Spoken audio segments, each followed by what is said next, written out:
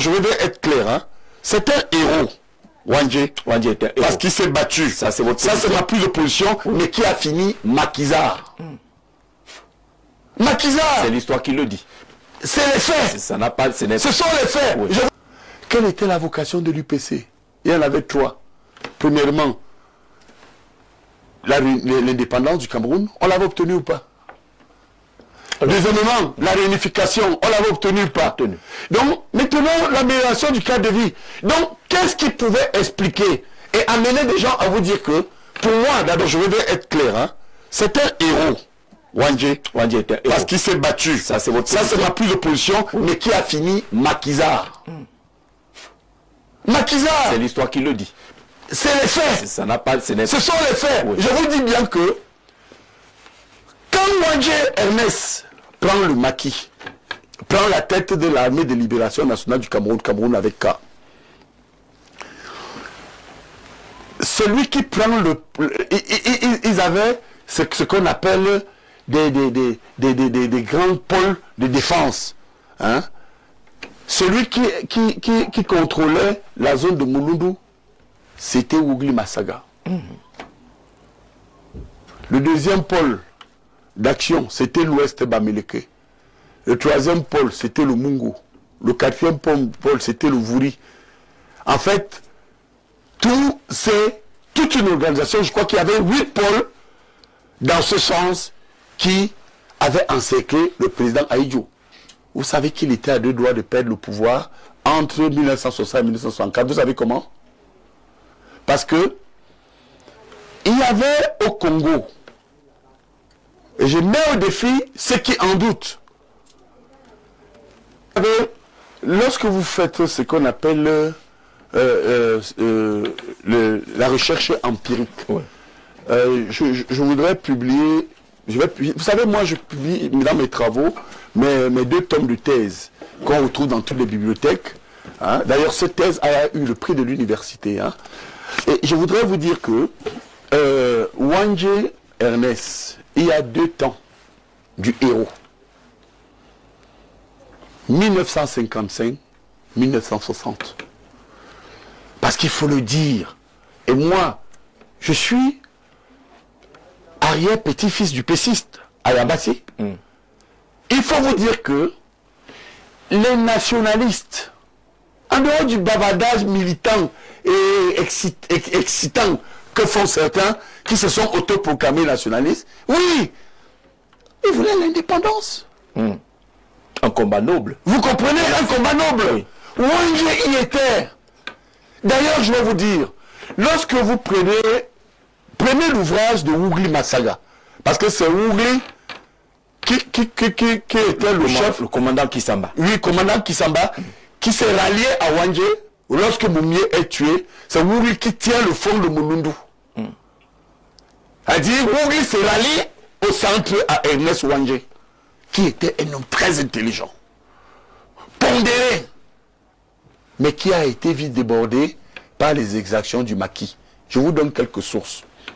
En dehors de M. Sabaleko, si vous prenez tous ces gens qui bavardent, qui crient à la mort, qui crient à l'injustice, demandez à ces personnes qui était préfet du Mungo lorsque Wandje fut arrêté.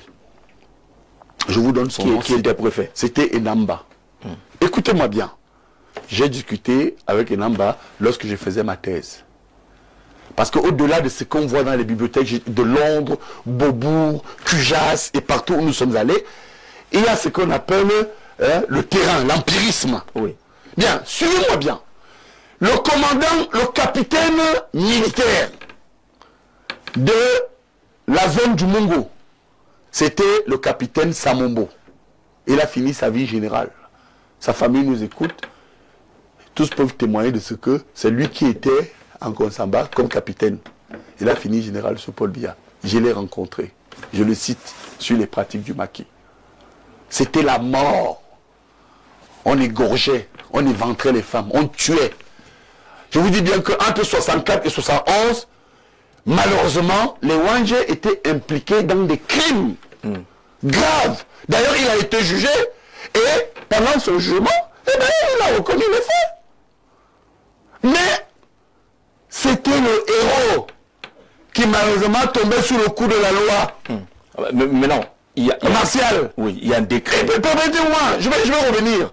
Permettez-moi 30 secondes. Parce qu'on a le temps maintenant. Bon, on va aller vite. Oui. Le commandant de compagnie de gendarmerie, en juillet, août 71, j'ai ça dans mes travaux, lorsque M. Wandje est appréhendé, est arrêté, ce commandant s'appelle le capitaine Man. Il a fini colonel, il est décédé il y a quelque temps. Il a écrit un livre. C'est lui qui a escorté Wandje dans l'avion militaire qu'il a amené à Yaoundé. Je cite également Man ici, et dans l'avion, Wandje lui dit, j'ai été trahi par Ndormo. Vous savez pourquoi? Le commissaire spécial de renseignement, vous voyez que moi je vous donne des détails. Je suis sur un plateau de télévision, ça va rester à YouTube. Du Mungo, lorsque Wandje est arrêté, je l'ai rencontré, vous savez comment il s'appelait à l'époque? C'est le commissaire Guillaume Meka, qui a fini sa vie divisionnaire. Guillaume Meka, il est mort il y a 7-8 ans aujourd'hui. Je l'ai rencontré. Et c'est là où on a compris que le président Ahidjo, je l'explique dans mes travaux, donnait des subsides à Ndormo. Pendant que Ndormo entretenait la guerre et la bataille à l'insu d'Ernest Wandje, qui était à l'évêché. C'est-à-dire que, en tenue de prêtre, Ahidjo lui donnait de l'argent. Il y a des traces, il y a les écrits des Fauchibé et de bien d'autres. À l'effet de négocier avec Ernest Wandje. Malheureusement, Monseigneur Ndormo ne le faisait pas. Et Ahidjo a même mis de l'argent. Lorsque vous lisez certains travaux et vous allez aux archives, où on retrouve que le président Ahidjo a demandé un jour à M. Ndormo, mais Monseigneur, est-ce que ce monsieur ne peut pas être évacué à travers le Nigeria? Ndormo avait peur de deux choses. Si il négocie, Wandje retrouve Ahidjo, on va découvrir qu'il y avait de l'argent, un pécule qu'il n'avait jamais reçu. S'il laisse Wandje sortir, ce nationaliste qui à un moment donné était débordé parce qu'il y avait des exactions qu'il ne maîtrisait plus. Absolument. Parce que quand il y a eu des résistances dans la zone Bassa avec Yedna Leba, et de l'autre côté il y avait un autre qui s'appelait Makanda Pout. Mais le grand maquis criminel à l'ouest, c'était des gens comme Kamdem Nenim, qu'Ahidjo a fusillé. Et de l'autre côté, dans le Vouri, on appelle justement ce pôle de division. La division du Vouri, des maquisards, des assassins qui estimaient que Ahidjo ne s'est pas battu pour l'indépendance, il doit partir. Celui qui tenait le grand Vouri avec des crimes, c'était Tanke Noé. D'accord. Donc vous voyez que lorsqu'ils sont donc appréhendés, le président Ahidjo met donc la main sur les principaux lieutenants. Takala Célestin, lieutenant de Wandje, Wambolo Courant, lieutenant de Wandje. Mais vous avez quand même des gens qui viennent vous dire que le maquis ou des milliers de Camerounais, vous avez ça dans ces références des livres. J'ai entendu un docteur, chacun veut dire ce qu'il veut, mais moi je suis prêt à un débat ouvert, avec des archives, oui. Qu'on nous organise un colloque ouvert. C'est aussi ça la faiblesse de l'État. Nous parlons de la faiblesse de l'État. Si nous avions un instrument comme l'Institut des sciences humaines, qui a été fermé, je ne sais pas si vous avez connu cet Institut des sciences humaines, non. Où on a estimé que les intellectuels devenaient des rebelles, on n'aurait pas eu tout cela. Je crois que, concernant les écrits, je vous dis, tout jeune chercheur qui vient me voir un jour, je suis ouvert, je mettrai une centaine d'ouvrages à la disposition à l'effet de démontrer que sous Ahidjo, c'était des maquisards. Et vous vouliez parler de la réhabilitation à partir du décret de 91. Qu'est-ce qu'il dit ce décret? On fait de quoi? Ce décret consacre certaines personnes au rang de héros national. Faux. Et interdit justement qu'on puisse utiliser le langage. Bon, vous voyez donc que... Et c'est là où j'ai dit que... Le décret existe. Les gens... Qu'est-ce qui est faux? Le décret d'assemblée, je l'ai dans certains domaines ici, dans des délits, il est connu. Vous tapez Google, vous l'avez. D'abord, il ne consacre aucun héros. Le décret parle des réhabilitations de certaines figures de l'histoire. Je vous en prie, si vous avez Google là, tapez le décret. Allons-y, pendant qu'on fait la recherche. Bon, oui, pendant que vous faites la recherche, pour lui, ce décret parle de réhabilitation. En français, épistémologique. À dire épistémologique, c'est la capacité à repenser les sciences. Lorsqu'on parle de réhabilitation, on dit que vous, Jean-Jacques, vous êtes réhabilité.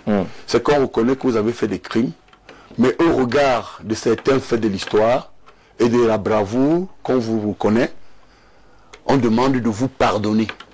Vous comprenez? Prenez réhabilitation, tapez synonyme de réhabilitation dans les dictionnaires et les encyclopédies de langue française, c'est le pardon.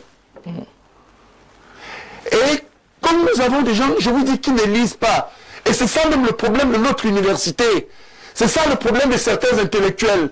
C'est pourquoi vous voyez, les gens ne sont pas à leur place.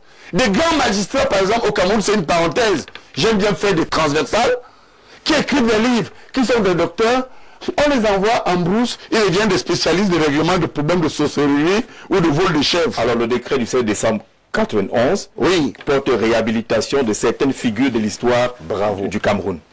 Voilà. Lisez-le.